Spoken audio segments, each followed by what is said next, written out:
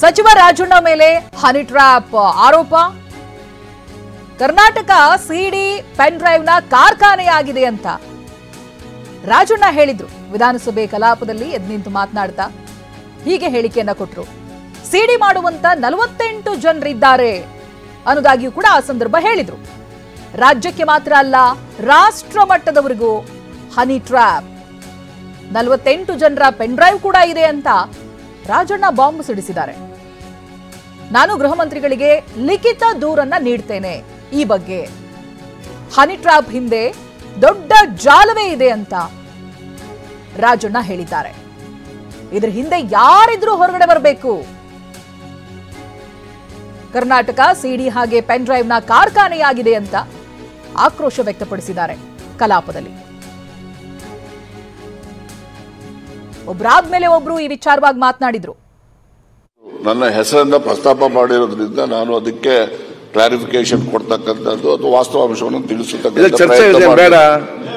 ನನ್ನ ಹೆಸರು ಅವರಲ್ಲಿ ಚರ್ಚೆ ಮಾಡಬೇಡಿ. ಹೇಳಿ 224 ಜನ ಸಂಬಂಧಪಟ್ಟಿದ್ದು ಯಾರು ಅಂತ ಗೊತ್ತಾಗ್ತಾ ಇಲ್ಲ. ಏನ್ ಹೇಳಿ ವಿಷಯ ಸಲುವಾಗಿ ತಮ್ಮ ಆಯ್ತು ಮಾತಾಡ್ಲಿ. ಅವರ ಕುಟುಂಬದ ಭವಿಷ್ಯ ಸಲುವಾಗಿ ಅವ್ರ ಮುಂದಿನ ಮುಖ್ಯಮಂತ್ರಿ ಆಗ್ಬೇಕು. ನೋಡಿ ಅವರೇ, ಅನಗತ್ಯವಾಗಿ ಮಾತಾಡಬೇಡಿ. ಅವ್ರೇನು ಉತ್ತರ ಕೊಡ್ತಾರೆ ನೋಡುವ. ನೀವು ಮಾತಾಡಿ ಕೂತ್ಕೊ. ಆಯ್ತು ರಾಜಣ್ಣ ಅವ್ರ ಮೇಲೆ ಆಯ್ತು. ಮತ್ತೊಬ್ಬರ ಮೇಲೆ ಆಯ್ತು. ಅದಕ್ಕೆ ಅವ್ರಿಗೆ ರಾಜ ಮಾತಾಡಿ ಆಯ್ತು. ಅವರೇ, ಸನ್ಮಾನ್ಯ ಸಭಾಧ್ಯಕ್ಷರೇ, ಯತ್ನಾಳ್ ಅವರು ಸಹಕಾರ ಸಚಿವರು ರಾಜಣ್ಣ ಅವರು ಅಂತೇಳಿ ಪ್ರಸ್ತಾಪ ಮಾಡಿದ್ರಿಂದ ನಾನು ಒಂದು ತಪ್ಪು ಮಾಹಿತಿ ಹೊರಗಡೆ ಹೋಗಬಾರ್ದು ಅಂತಕ್ಕಂಥ ದೃಷ್ಟಿಯಿಂದ 2 ಮಾತುಗಳನ್ನು ಹೇಳಲಿಕ್ಕೆ ಬಯಸ್ತೇನೆ. ಸನ್ಮಾನ್ಯ ಸಭಾಧ್ಯಕ್ಷರೇ, ಈ ಕರ್ನಾಟಕ ರಾಜ್ಯ ಅಂತ ಹೇಳಿದ್ರೆ ಇದು ಒಂದು ಸಿಡಿ ಪೆನ್ ಡ್ರೈವ್ಗಳಿಗೆ ಒಂದು ಕಾರ್ಖಾನೆ ತರ ಅಂತಕ್ಕಂಥದ್ದು ಕೂಡ ಬಹಳ ಜನ ಹೇಳ್ತಾರೆ. ನಾನು ಹೇಳ್ತಾ ಇಲ್ಲ. ಇದರಲ್ಲಿ 2 ಫ್ಯಾಕ್ಟ್ರಿ, ನಿಮ್ದೊಂದಿದೆ, ಇಲ್ಲೊಂದಿದೆಯಾ? ನಿಮ್ದು ಯಾವ್ದು ಅಂತ ಹೇಳಿದ್ರೆ ಇಲ್ಲಿ ಯಾವ್ದು ಅಂತ ಹೇಳ್ಬೋದು. ಅದೇನೇ ಇಲ್ಲ ಅಧ್ಯಕ್ಷರೇ, ಬಹಳ ಗುರುತರವಾದಂತಹ ಒಂದು ಆರೋಪ ಅಂತೇಳಿ ನಾನು ಕೂಡ ಅನ್ಕೊಳ್ತೇನೆ. ತುಮಕೂರಿನ 2 ಪ್ರಭಾವಿ ಸಚಿವರು ಹನಿ ಟ್ರ್ಯಾಪ್ ಅಲ್ಲಿ ಸಿಕ್ಕಾಕೊಂಡಿದ್ದಾರೆ, ಅದಾಗಾಯ್ತು ಹೀಗಾಯ್ತು ಅಂತ ಏನೇನೋ ಕಥೆಗಳು ಬರ್ತಾ ಇದ್ದಾವೆ. ತುಮಕೂರಿನಲ್ಲಿರೋರು ನಾನೊಬ್ಬ ಇದ್ದೀನಿ, ಡಾಕ್ಟರ್ ಪರಮೇಶ್ವರ್ ಅವರು ಕೂಡ ಇದ್ದಾರೆ, ನಮ್ಮಿಬ್ರೇ ಅಂತ ಅವರ ಉದ್ದೇಶ ಅಂತೇಳಿ ಅನ್ಕೊಳ್ತೀನಿ. ಈ ಸಿಡಿ ಮಾಡ್ತಕ್ಕಂಥದ್ದು, ಪೆನ್ ಡ್ರೈವ್ ಮಾಡ್ತಕ್ಕಂಥದ್ದು, ಇದ್ರ ಬಗ್ಗೆ ಸುಮಾರು ನಿಮ್ಗೆ ಹೇಳ್ತೀನಿ. ನನಗಿರೋ ಮಾಹಿತಿ ಇದೆ, 48 ಜನಗಳಿದ್ದಾರೆ, ಒಬ್ರು ಇಬ್ರು ಇಲ್ಲ. ಅಂದ್ರೆ ಒಬ್ರು ಇಬ್ರು ಅಂತ ಹೇಳಿದ್ರೆ ಬರೀ ಇವರೇ ಅಂತಲ್ಲ, ಅವರು ಇದ್ದಾರೆ. ಆದ್ರೆ ಇವೆಲ್ಲ ಬಹಳಷ್ಟು ಜನ ನ್ಯಾಯಾಲಯಗಳಲ್ಲಿ ಇದನ್ನ ಬಹಿರಂಗ ಮಾಡಬಾರ್ದು ಅಂತಕ್ಕಂಥದಕ್ಕೆ ಸ್ಟೇ ತಗೊಂಡಿರ್ತಕ್ಕಂಥದ್ದು. ಅಲ್ಲೂ ಕೂತವ್ರೆ, ಇಲ್ಲೂ ಕೂತವ್ರೆ, ಆ ಪ್ರಶ್ನೆ ಬೇರೆ.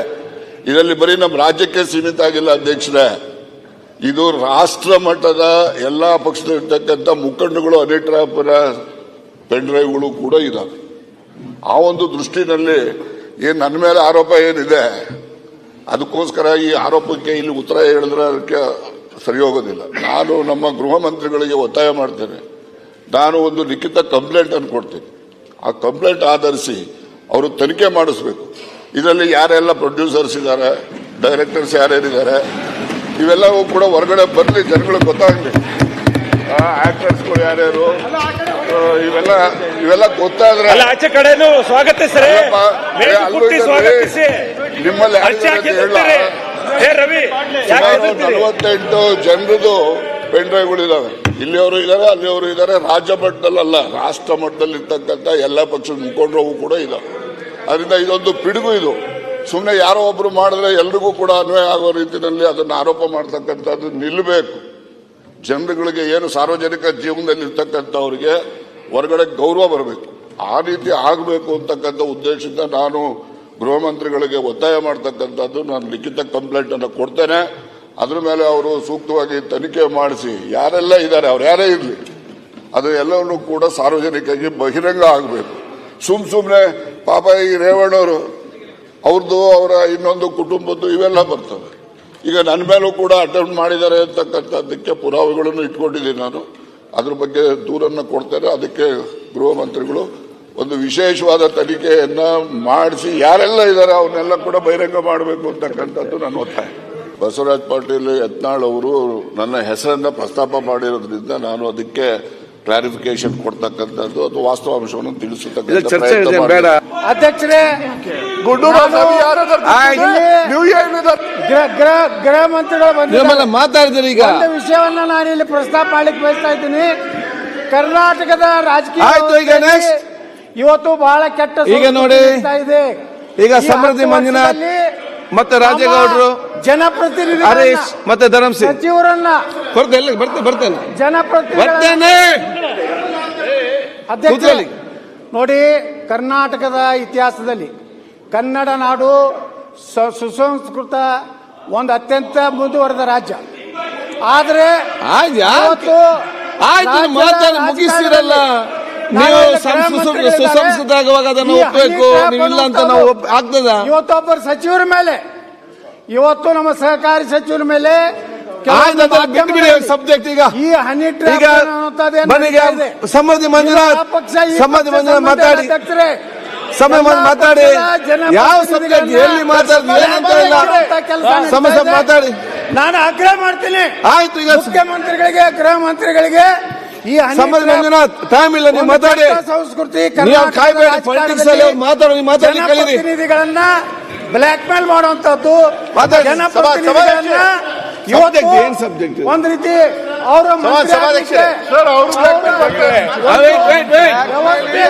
ಈಗ ಬಜೆಟ್ ಅಲ್ಲಿ ಆಗ್ತದೆ. ನಮ್ಮ ರಾಜ್ಯದ ವಿನಂತಿ ಮಾಡ್ಕೊತೀನಿ, 724 ರಾಜನ ಏನ್ ಹೇಳ್ತಾರೆ ನೋಡುವ. ಅಧ್ಯಕ್ಷರೇ, ಬ್ಲಾಕ್ ಮೇಲ್ ಇದೆ ವರ್ಡ್. ಆಯ್ತು, ನೀವು ಮಾತು ಏನ್ ಮಾಡ್ಬೇಕಿಲ್ಲಿ ನಿಮಗಲ್ಲ ಅಧ್ಯಕ್ಷರೇ. ಮತ್ತೆ ನಾಳೆ ತಗೊಳ್ಳೋ ಚರ್ಚೆ. ಒಂದೇ ನಿಮಿಷ ಅಲ್ಲ, ಒಂದೇ ನಿಮಿಷ. ಬಹಳ ಗುರುತ ಆಸೆಫ್ ಒಂದ್ ನಿಮಿಷ. ರಾಯರೆಡ್ಡಿ ಅವರೇ, ಒಂದೇ ನಿಮಿಷ ಅಧ್ಯಕ್ಷ, ಒಂದೇ ನಿಮಿಷ. ರಾಯರೆಡ್ಡಿ ಅವರೇ, ಆಯ್ತು. ರಾಯರೆಡ್ಡಿ ಅವರೇ ಆಯ್ತು. ನಾ ಸುಳೆ ಮಗನೇ ಅಂತೀನಿ, ಒಪ್ತೀರಾ ಅಂದೆ? ಆಯ್ತು, I am sorry to say this. ಆಯ್ತು, ಕೂತ್ಕೊಳ್ಳಿ ಈಗ. ಏನ್ರಿ ಇದೆಲ್ಲ? ಆಯ್ತು, ಕೂತ್ಕೊಳ್ಳಿ ಮಾರ್ರೆ.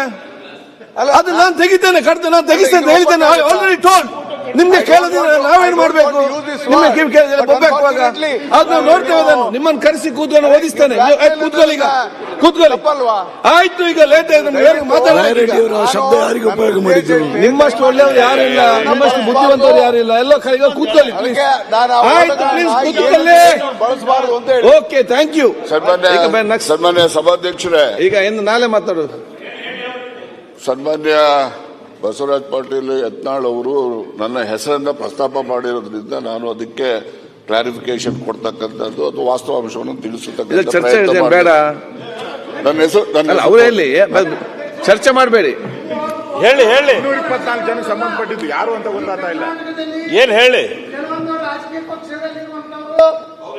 ವಿಷಯ ಸಲುವಾಗಿ ತಮ್ಮ ಆಯ್ತು ಮಾತಾಡ್ಲಿ. ಅವರ ಕುಟುಂಬದ ಭವಿಷ್ಯ ಸಲುವಾಗಿ ಅವ್ರ ಮುಂದಿನ ಮುಖ್ಯಮಂತ್ರಿ ಆಗ್ಬೇಕು. ನೋಡಿ ಯತ್ನಾಳ್ ಅವರೇ, ಅನಗತ್ಯವಾಗಿ ಮಾತಾಡಬೇಡಿ. ಅವ್ರೇನು ಉತ್ತರ ಕೊಡ್ತಾರೆ ನೋಡುವ. ನೀವು ಮಾತಾಡಿ ಕೂತ್ಕೊ. ಆಯ್ತು, ರಾಜಣ್ಣ ಅವ್ರ ಮೇಲೆ ಆಯ್ತು, ಮತ್ತೊಬ್ಬರ ಮೇಲೆ ಆಯ್ತು. ಅದಕ್ಕೆ ಅವ್ರೀಗ ರಾಜ ಮಾತಾಡಿ. ಆಯ್ತು, ಯತ್ನಾಳ್ ಅವರೇ,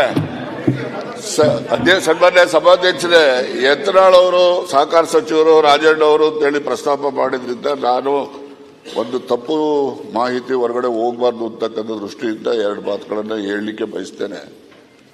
ಸನ್ಮಾನ್ಯ ಸಭಾಧ್ಯಕ್ಷರೇ, ಈ ಕರ್ನಾಟಕ ರಾಜ್ಯ ಅಂತ ಹೇಳಿದ್ರೆ ಇದು ಒಂದು ಸಿಡಿ ಪೆನ್ ಡ್ರೈವ್ಗಳಿಗೆ ಒಂದು ಕಾರ್ಖಾನೆ ತರ ಅಂತಕ್ಕಂಥದ್ದು ಕೂಡ ಬಹಳ ಜನ ಹೇಳ್ತಾರೆ.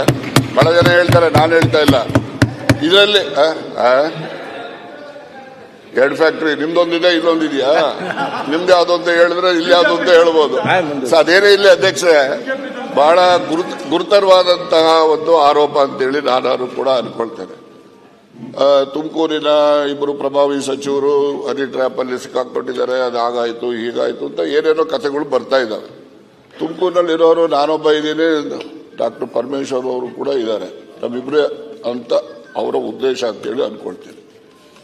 ಈ ಸಿಡಿ ಮಾಡ್ತಕ್ಕಂಥದ್ದು, ಪೆನ್ ಡ್ರೈವ್ ಮಾಡ್ತಕ್ಕಂಥದ್ದು, ಇದ್ರ ಬಗ್ಗೆ ಸುಮಾರು ನಿಮ್ಗೆ ಹೇಳ್ತೀನಿ, ನನಗಿರೋ ಮಾಹಿತಿ ಅಂತ 48 ಜನಗಳಿದ್ದಾರೆ. ಸಚಿವ ರಾಜಣ್ಣಗೆ ಹನಿ ಟ್ರ್ಯಾಪ್ ಅಂತ ಯತ್ನಾಳ್ ಮಾತನಾಡಿದ್ದಾರೆ. ಇವತ್ತು ಉನ್ನತ ಮಟ್ಟದ ತನಿಖೆಗೆ ಸರ್ಕಾರ ನಿರ್ಧರಿಸಿದೆ. ಗೃಹ ಸಚಿವರು ಈ ಬಗ್ಗೆ ಉತ್ತರವನ್ನ ಕೂಡ ಕೊಟ್ಟಿದ್ದಾರೆ. ವಿಧಾನಸಭೆಗೆ ಗೃಹ ಸಚಿವ ಪರಮೇಶ್ವರ್ ತಿಳಿಸಿದ್ದಾರೆ, ಈ ಬಗ್ಗೆ ಉನ್ನತ ಮಟ್ಟದ ತನಿಖೆಯನ್ನ ಮಾಡಿಸ್ತೀವಿ ಅಂತ. ಈ ಹನಿ ಟ್ರ್ಯಾಪ್ ವಿಚಾರವಾಗಿ ರಾಜಣ್ಣ ಮಾತನಾಡಿದ್ರು, ಸುನಿಲ್ ಕುಮಾರ್ ಅವರು ಮಾತನಾಡಿದ್ರು, ಆರ್ ಅಶೋಕ್ ಅವರು ಕೂಡ ಎಸ್ಐಟಿಯನ್ನ ರಚನೆ ಮಾಡಿ ಅನ್ನೋದಾಗಿ ಆಗ್ರಹಿಸಿದ್ರು. ಈ ಬಗ್ಗೆ ಡೀಟೇಲ್ಸ್ ಅನ್ನ ಪಡೆದುಕೊಳ್ತಾ ಹೋಗ್ತೀನಿ. ಪ್ರತಿನಿಧಿ ಕಿರಣ್ ಹನಿಯಡ್ಕ ಲೈವ್ ನಲ್ಲಿ ಜಾಯ್ನ್ ಆಗ್ತಾ ಇದ್ದಾರೆ. ಕಿರಣ್ ಹನಿಯಡ್ಕ, ನಾವು ಗಮನಿಸ್ತಾ ಇದ್ದೀವಿ ಸಾಕಷ್ಟು ಜನ ಸಚಿವರು ಈ ಬಗ್ಗೆ ಮಾತನಾಡಿದ್ದಾರೆ, ಶಾಸಕರು ಮಾತನಾಡಿದ್ದಾರೆ. ಏನೇನು ನಡೀತು ಇವತ್ತು ಅಂತ? ಚಿತ್ರ 3-4 ದಿನಗಳಿದ್ದಂತಹ ಹನಿ ಟ್ರ್ಯಾಪ್, ಸಚಿವರೊಬ್ಬರನ್ನ ಹನಿ ಟ್ರ್ಯಾಪಿಗೆ ಒಳಪಡಿಸಲಾಗಿದೆ ಅನ್ನುವಂತಹ ಸುದ್ದಿಗಳೇನಿತ್ತು, ಅದಕ್ಕೆ ಒಂದು ಸ್ಪಷ್ಟವಾದಂತಹ ಒಂದು ಚಿತ್ರಣ ಇವತ್ತು ಸಿಕ್ಕಿದೆ. ನಿನ್ನೆ ಶಾಸಕ ಸುನಿಲ್ ಕುಮಾರ್ ಕಾನೂನು ಸುವ್ಯವಸ್ಥೆ ಕುರಿತಂತಹ ಚರ್ಚೆಯ ಸಂದರ್ಭದಲ್ಲಿ ಹನಿ ಟ್ರ್ಯಾಪ್ ವಿಚಾರವನ್ನು ಪ್ರಸ್ತಾಪ ಮಾಡಿದ್ರು. ಆ ನಿಟ್ಟಿನಲ್ಲಿ ಸರ್ಕಾರ ಸೂಕ್ತವಾದಂತಹ ಕ್ರಮಗಳನ್ನು ಕೈಗೊಳ್ಳಬೇಕನ್ನುವಂಥ ಆಗ್ರಹವನ್ನು ಮಾಡಿದ್ರು. ಇವತ್ತು ಕೂಡ ಬಜೆಟ್ನ ಮೇಲಿನ ಚರ್ಚೆಯ ಸಂದರ್ಭಕ್ಕೆ ಕಾನೂನು ಸುವ್ಯವಸ್ಥೆ ವಿಚಾರ ಪ್ರಸ್ತಾಪ ಮಾಡುವಂಥ ಸಂದರ್ಭದಲ್ಲಿ ಶಾಸಕ ಬಸನಗೌಡ ಪಾಟೀಲ್ ಯತ್ನಾಳ್ ಈ ವಿಚಾರವನ್ನು ಪ್ರಸ್ತಾಪವನ್ನು ಮಾಡಿದ್ರು. ಅಂದ್ರೆ ರಾಜ್ಯದ ಸುಸಂಸ್ಕೃತ ನಾಡು ಅನ್ನುವಂಥ ವಿಚಾರವನ್ನು ಪ್ರಸ್ತಾಪ ಮಾಡಿ ಇಲ್ಲಿ ಹನಿ ಟ್ರ್ಯಾಪ್ ವಿಚಾರವನ್ನು ಕೂಡ ಬಸನಗೌಡ ಪಾಟೀಲ್ ಯತ್ನಾಳ್ ಪ್ರಸ್ತಾಪವನ್ನು ಮಾಡ್ತಾರೆ. ಆ ಸಂದರ್ಭಕ್ಕೆ ಸದನಕ್ಕೆ ಬಂದಂತ ಸಚಿವ ಕೆ.ಎನ್. ರಾಜಣ್ಣ ಈ ಹನಿ ಟ್ರ್ಯಾಪ್ ವಿಚಾರವಾಗಿ ತಾವೇ ಸ್ವತಃ ಒಂದು ಸ್ಪಷ್ಟೀಕರಣವನ್ನು ನೀಡೋದಕ್ಕೆ ಮುಂದಾಗ್ತಾರೆ. ಈ ಸಂದರ್ಭಕ್ಕೆ ಸಚಿವ ರಾಜಣ್ಣ ಅವರ ಮೇಲೆ ಹನಿ ಟ್ರ್ಯಾಪ್ ಆಗಿದೆ ಅನ್ನುವಂಥ ವಿಚಾರವನ್ನ ಶಾಸಕ ಬಸನಗೌಡ ಪಾಟೀಲ್ ಯತ್ನಾಳ್ ಅವರು ಸದನದಲ್ಲಿ ಅಧಿಕೃತವಾಗಿ ಹೇಳ್ತಾರೆ. ಹಾಗಾಗಿ ತಮ್ಮ ಹೆಸರು ಪ್ರಸ್ತಾಪವಾಗಿದೆ ಅನ್ನುವಂಥ ಕಾರಣಕ್ಕಾಗಿ ಈ ವಿಚಾರದಲ್ಲಿ ನಾನು ಸ್ಪಷ್ಟೀಕರಣವನ್ನು ಕೊಡಬೇಕನ್ನುವಂತಹ ಒಂದು ಮನವಿಯನ್ನು ಸ್ಪೀಕರ್ಗೆ ಮಾಡಿ ಹನಿ ಟ್ರ್ಯಾಪ್ ವಿಚಾರದಲ್ಲಿ ಸಚಿವ ರಾಜಣ್ಣ ಸ್ಪಷ್ಟವಾದಂತಹ ವಿವರಣೆಯನ್ನ ಇವತ್ತು ಸದನಕ್ಕೆ ಕೊಟ್ಟಿದ್ದಾರೆ. ಒಂದಷ್ಟು ಆಘಾತಕಾರಿಯಾದಂತಹ ವಿವರಣೆಗಳನ್ನ ಸಚಿವ ರಾಜಣ್ಣ ಇವತ್ತು ಸದನದಲ್ಲಿ ಬಿಚ್ಚಿಟ್ಟಿದ್ದಾರೆ. ಕೇವಲ ಒಂದು ವಿಚಾರ ಮಾತ್ರ ಅಲ್ಲ, ಇಲ್ಲಿ 48 ಜನರ ಸಿಡಿಗಳು ಇದೆ, ಪೆನ್ ಡ್ರೈವ್ಗಳು ಇದೆ ಅನ್ನುವಂಥ ವಿಚಾರವನ್ನು ಕೂಡ ಸಚಿವ ರಾಜಣ್ಣ ಇವತ್ತು ಸದನದಲ್ಲಿ ಬಹಿರಂಗವಾಗಿ ಹೇಳಿದ್ದಾರೆ. ಕೇವಲ ಕರ್ನಾಟಕದವರು ಮಾತ್ರವಲ್ಲ, ರಾಷ್ಟ್ರ ಮಟ್ಟದ ನಾಯಕರುಗಳು ಮತ್ತು ಬೇರೆ ರಾಜ್ಯದ ಸಚಿವರುಗಳ ಒಂದು ಸಿಡಿಗಳು ಕೂಡ ಇದರಲ್ಲಿ ಇದೆ ಅನ್ನುವಂಥದ್ದನ್ನು ಸಚಿವ ರಾಜಣ್ಣ ಹೇಳಿದ್ದು. ಒಟ್ಟು 48 ಜನರನ್ನ ಈ ರೀತಿ ಹನಿ ಟ್ರ್ಯಾಪಿಗೆ ಒಳಪಡಿಸಲಾಗಿರುವಂಥ ವಿಚಾರವನ್ನು ಬಹಿರಂಗವಾಗಿ ಹೇಳಿದ್ದಾರೆ. ಹೀಗಾಗಿ ಈ ಸಂದರ್ಭಕ್ಕೆ ಶಾಸಕ ಮುನಿರತ್ನ ಕೂಡ ತಮ್ಮ ವಿರುದ್ಧದ ಅತ್ಯಾಚಾರ ಪ್ರಕರಣದ ಬಗ್ಗೆ ಕೂಡ ಆವೇಶಭರಿತರಾಗಿ ಸದನದಲ್ಲಿ ಮಾತಾಡಿ ತಮಗೂ ಕೂಡ ನ್ಯಾಯ ಕೊಡಬೇಕು ಅನ್ನುವಂಥ ಆಗ್ರಹವನ್ನ ಮಾಡಿದ್ರು. ಸಚಿವ ರಾಜಣ್ಣ ಯಾವಾಗ ಈ ವಿಚಾರವನ್ನು ಅಧಿಕೃತವಾಗಿ ಸದನದಲ್ಲಿ ಹೇಳಿದ್ರು, ತಮ್ಮ ಮೇಲೂ ಕೂಡ ಹನಿ ಟ್ರ್ಯಾಪ್ಗೆ ಅಟೆಂಪ್ಟ್ ಮಾಡಿರುವಂತಹ ಬಗ್ಗೆ ತಮ್ಮಲ್ಲಿ ದಾಖಲೆಗಳಿದ್ದು, ಇದನ್ನ ಗೃಹ ಸಚಿವರಿಗೆ ನಾನು ದೂರನ್ನ ಕೊಡ್ತೇನೆ, ಈ ನಿಟ್ಟಿನಲ್ಲಿ ರಾಜ್ಯ ಸರ್ಕಾರ ತನಿಖೆಯನ್ನು ಮಾಡಬೇಕನ್ನುವಂಥ ಒತ್ತಾಯವನ್ನು ಸದನದಲ್ಲಿ ಮಾಡಿದ್ರು. ಹೀಗಾಗಿ ಗೃಹ ಸಚಿವ ಪರಮೇಶ್ವರ್ ಈ ವಿಚಾರದಲ್ಲಿ ಸಚಿವ ರಾಜಣ್ಣ ಅವರು ಲಿಖಿತವಾಗಿ ದೂರು ಕೊಟ್ಟ ಬಳಿಕ ನಾನು ಅಧಿಕೃತವಾಗಿ ಒಂದು ವಿಶೇಷವಾದ ತನಿಖೆಗೆ ಆದೇಶವನ್ನು ಮಾಡ್ತೀನಿ ಅನ್ನುವಂಥ ಭರವಸೆಯನ್ನು ಕೊಟ್ಟಿದ್ದಾರೆ. ಇದರ ಜೊತೆಗೆ ಶಾಸಕರೆಲ್ಲರೂ ಕೂಡ ಪಕ್ಷಭೇದವನ್ನು ಮರೆತು ಈ ರೀತಿಯಾದಂತಹ ಹನಿ ಟ್ರ್ಯಾಪ್ ಪ್ರಕರಣಗಳನ್ನು ಸರ್ಕಾರ ಗಂಭೀರವಾಗಿ ಪರಿಗಣಿಸಿ ಸೂಕ್ತವಾದಂತಹ ತನಿಖೆಯನ್ನು ಕೈಗೊಳ್ಳಬೇಕನ್ನುವಂಥ ಆಗ್ರಹವನ್ನು ಮಾಡಿತ್ತು. ಇದರ ಜೊತೆಗೆ ವಿಶೇಷವಾದ ತನಿಖೆ ಅಥವಾ ನ್ಯಾಯಾಂಗ ತನಿಖೆ, ಯಾವ ರೀತಿಯ ತನಿಖೆ ಅನ್ನುವಂಥದ್ದನ್ನ ಸರ್ಕಾರ ಸದನದಲ್ಲೇ ಸ್ಪಷ್ಟಪಡಿಸಬೇಕನ್ನೋ ಆಗ್ರಹ ಕೂಡ ವ್ಯಕ್ತವಾಯಿತು. ಹೀಗಾಗಿ ಸಚಿವ ರಾಜಣ್ಣ ಹನಿ ಟ್ರ್ಯಾಪ್ಗಳಿಗೆ ವಿಚಾರವಾಗಿ ಇದ್ದಂತಹ ಊಹಾಪೋಹಗಳು, ಅಂತೆಗಂತೆಗಳೆಲ್ಲವನ್ನೂ ಕೂಡ ಒಂದು ಸ್ಪಷ್ಟವಾದಂತಹ ಚಿತ್ರವನ್ನು ಕೊಟ್ಟಿದ್ದು, ಸರ್ಕಾರವು ಕೂಡ ಸೂಕ್ತವಾದ ತನಿಖೆ ಮಾಡುವಂತಹ ಭರವಸೆಯನ್ನು ಕೊಟ್ಟಿದೆ. ಚೈತ್ರ, ಥ್ಯಾಂಕ್ ಯು ಕಿರಣ್ ಹನಿಯಡ್ಕ ಮಾಹಿತಿಗಾಗಿ.